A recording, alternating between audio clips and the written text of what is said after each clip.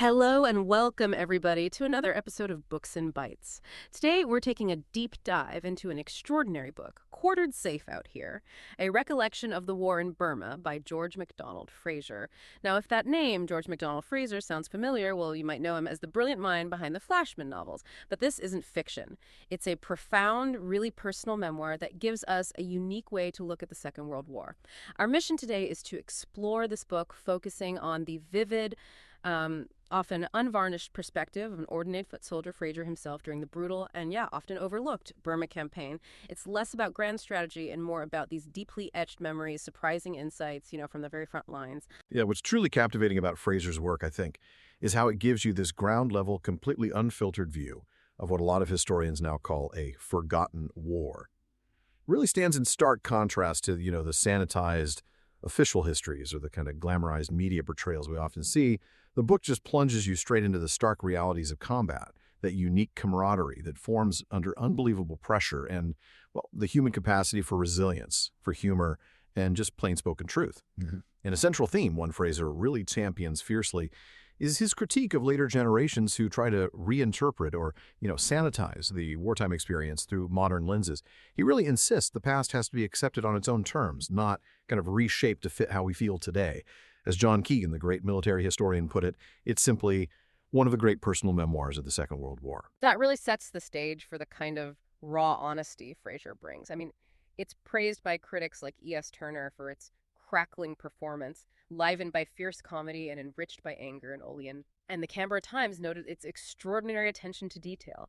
So, okay, if it's not a grand historical narrative, how does Fraser capture those intense personal truths amid all the chaos of war? And what does he show us about memory itself? Well, he's incredibly upfront about his own approach to memory. It's quite unique. He describes it not as like a linear history, but like a piece of string with knots. The knots are those really vivid, indelible moments. The flashes of intense clarity that stick with you forever, while the bits in between are hazy, sort of half-recalled. He openly admits his memory is subjective. It often focuses on the small, almost trivial details that stick with a private soldier, like a giant centipede coming out of a tent, or this specific brand of cigarette someone smoked. The big strategic picture. He freely admits he often only understood that stuff much later, after reading the official histories. Take, for example, his story about a situation where this mixed group, British, Gurkha, Probyn's horse, which was Indian Army cavalry, they were lying hidden, completely undetected. They're watching a tank burn for hours, attracting Japanese attention. Mortal danger all around. But right in the middle of this, a furious fight breaks out between a Sikh trooper and a guy from Carlisle over a stolen water chagall. That's their word for a water skin. That mix of the profound and the mundane, the deadly serious and the utterly trivial, that's something he captures brilliantly. It shows how daily life, even the petty stuff, just carries on alongside mortal danger. That's such a striking image, the sheer absurdity right next to the terror.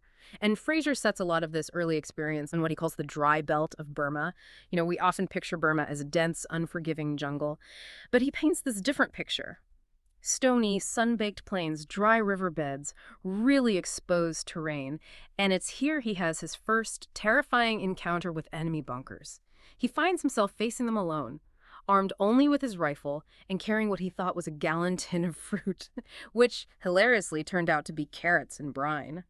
You can feel the chilling loneliness of that moment, facing an unseen enemy. It just leaps off the page. Right, and this is where that practical, unsentimental wisdom from his comrades comes in. His mate, Nixon, gives him this piece of advice that just perfectly encapsulates the soldier's mindset, the grim pragmatism needed for survival. He says, never dying on your own, son. That's how you finish up dying Tojo's way. You want to die your own fucking way. I mean, it speaks volumes, doesn't it? About looking out for each other, but also about, well, maintaining some shred of control even over how you might die. That advice from Nixon, it really hits home about the stakes involved, life and death. And it's in those moments facing these huge odds that the real heart of Fraser's story comes through not just him as an individual, but the bond, the unbreakable bond of his 9-man section. These guys lived, slept, fought, marched together. They knew each other maybe better than anyone else in their lives apart from family. That loyalty was everything, often the only thing you could really count on. Absolutely. And what's fascinating is how Fraser brings each of these guys to life. Yeah. You feel like you know them. You've got Little or Titch, the quiet, wiry corporal. Fraser says he was often the only face he could reliably take out in the chaos of a firefight. Then there's Nixon, the eternal pessimist with his pipe. His catchphrase, "we'll all get killed," became this running dark joke that somehow, paradoxically, helped morale. Darcy, what a name, this sort of Falstaffian figure, a red-faced wrestler, a forester, prone to these really rich oaths, but somehow content despite all the hardship. And Forrester, the crafty, foul-mouthed scrounger, never had his own cigarette, always trying to get one off someone else. But you see deeper layers later, especially during this sudden emotional outburst he has about his past and the Duke's burial. It's quite revealing. Parker, the old soldier, he's fascinating too. An orphan, apparently freelanced for 20 years just to put his younger brother through medical school. Shows this surprising deep sense of responsibility. Fraser says he was a bit of a mother hen towards him. Looking out for the new guy. Exactly. Then there's Steele, the noisy, assertive one who called Fraser Scotch bastard, apparently as a term of endearment, in that rough soldier way. And finally, Wedge, the disciplined one, admired Susanna Foster pinups. A little glimpse of normality, maybe. You can almost hear them talking, that unique Cumbrian humor and banter Fraser describes. It's full of insults, really reviling each other, which somehow is the clearest sign of their deep camaraderie. Phrases like, get hired, or ganyam, go home. It was just part of their everyday language. It speaks to a very specific, earthy kind of bond, doesn't it? It really does. And their daily lives, they were dictated by the simplest things, but these things are absolutely vital. Their kit was basic but effective, dark green uniforms, the Lee Enfield rifle, super reliable, incredibly accurate. Fraser mentions even the Germans thought it might be automatic fire sometimes. And Mills bombs, grenades. He makes a point about their lightweight gear being key for speed, and he sort of contrasts it with maybe over-equipped modern soldiers. The daily routine revolved around simple food, bully beef stew, hardtack biscuits, and maybe most importantly, the brew-up. Making tea. Ah, the brew up, yes.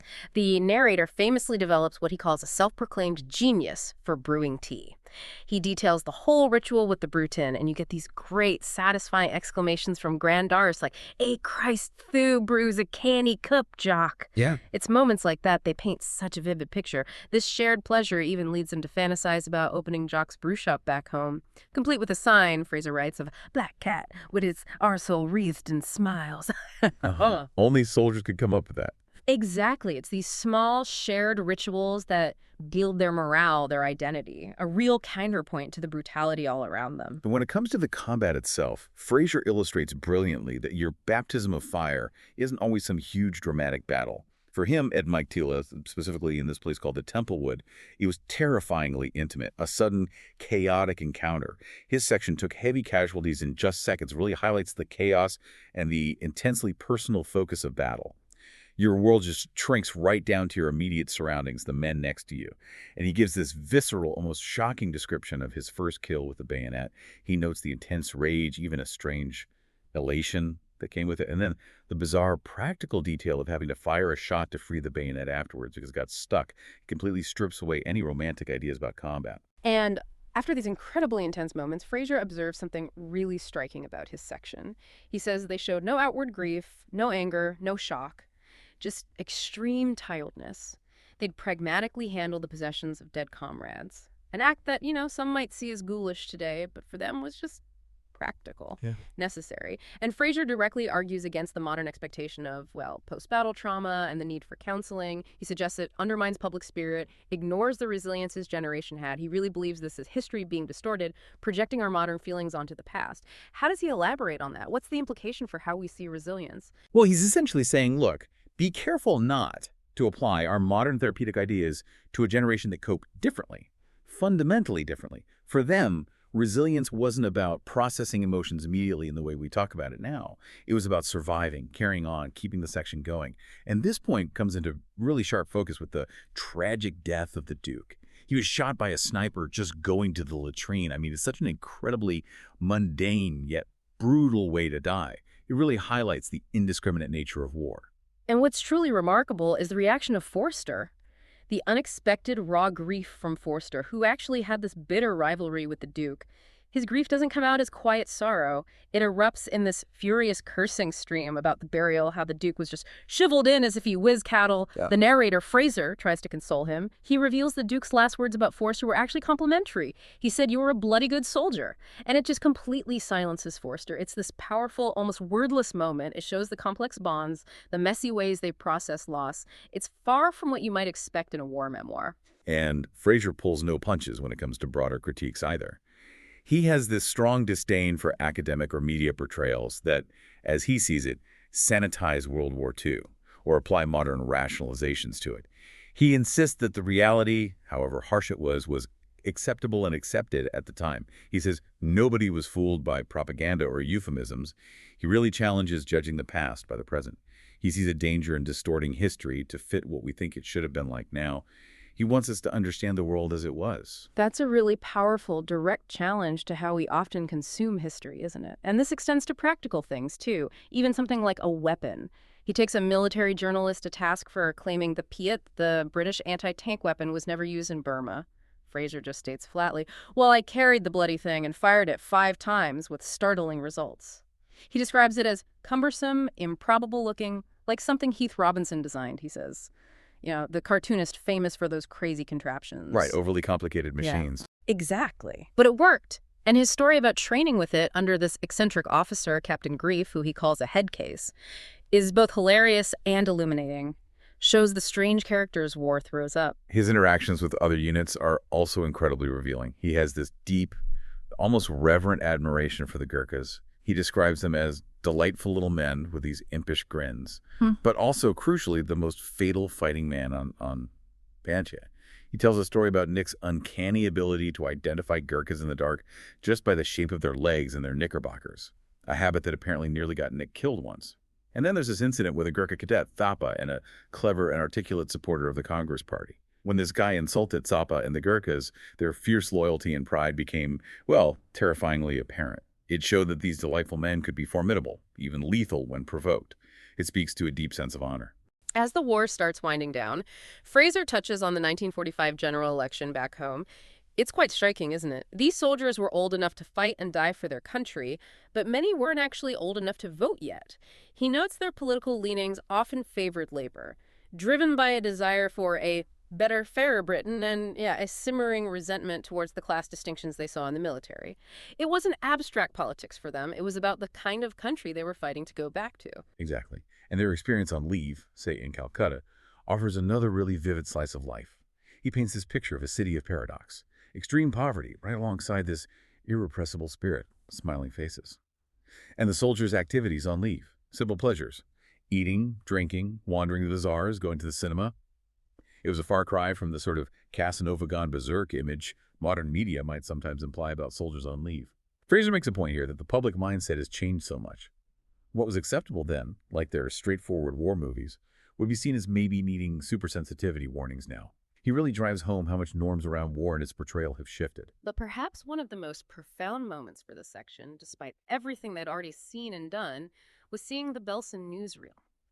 That footage, ghastly walking skeletons, heaps of emaciated bodies, it just left the section numb.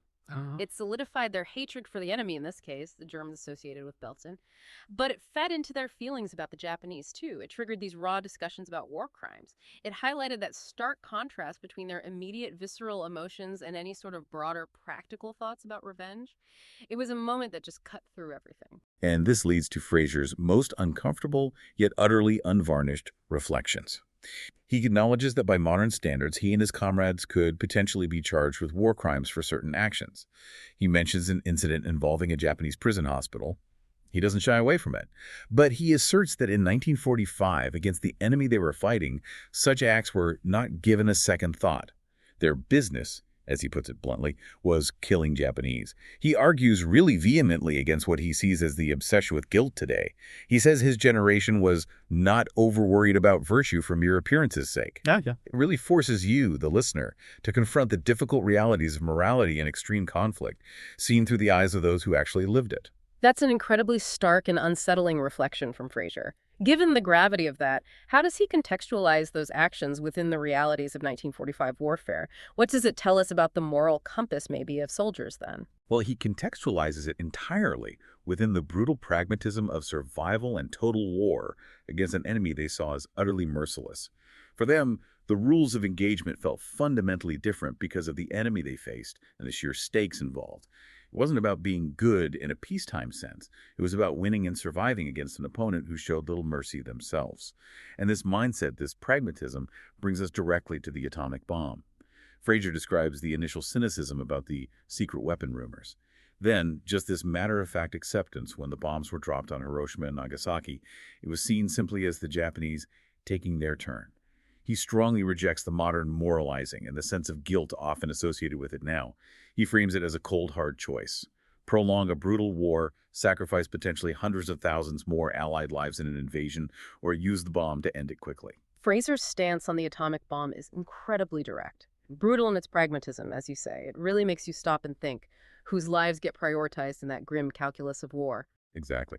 And Fraser's personal stance here is deeply provocative. He famously states something like, "For those 9 lives, meaning his children and grandchildren, I would pull the plug on the whole Japanese nation and never even blink." And so, I dare suggest, would you? He argues that the soldiers on the ground, if given the choice between a prolonged invasion of Japan and using the bomb, would have chosen the bomb without hesitation. It's a stark reminder of the desperate realities faced by those at the sharp end. It forces us to grapple with those uncomfortable moral compromises made in moments of, well, existential conflict. And so, the story draws to a close with the narrator's departure from 9 section. It's a necessary move because he's going for a commission. He's met with these humorous, rough-and-tumble farewells, which seems entirely fitting for their unique relationship. This deep dive ends with Fraser's really poignant memory of seeing his section for the very last time, marching away from him. He describes them as dark green figures in the dusty sunlight, marching at ease, the bush hats tilted, the rifles slung. It's such a lasting image of that shared experience, that enduring bond, a testament to the quiet dignity of ordinary soldiers in extraordinary times. Okay, so here's where it gets really interesting. What Quartered Safe Out here truly offers us, I think, is not just a vivid glimpse into a largely forgotten campaign, but a profound and, often uncomfortable challenge to how we understand war, heroism, and memory itself today. Yeah, it really brings home the question, doesn't it? In a world that's constantly reevaluating its past, often judging it through our modern lens, how much can we truly understand, or maybe more pointedly should we judge, the actions and perspectives of those who lived through moments of extreme conflict, especially when their reality, their whole context, was so fundamentally different from ours? So, as you reflect on Fraser's stark, incredibly honest recollections, maybe consider how much of what we think we know about history is shaped not just by the stories we choose to tell, but perhaps even more profoundly by the ones we choose to forget or maybe reshape, just to make ourselves feel more comfortable. Thank you for joining us on this deep dive into Quartered Safe Out here.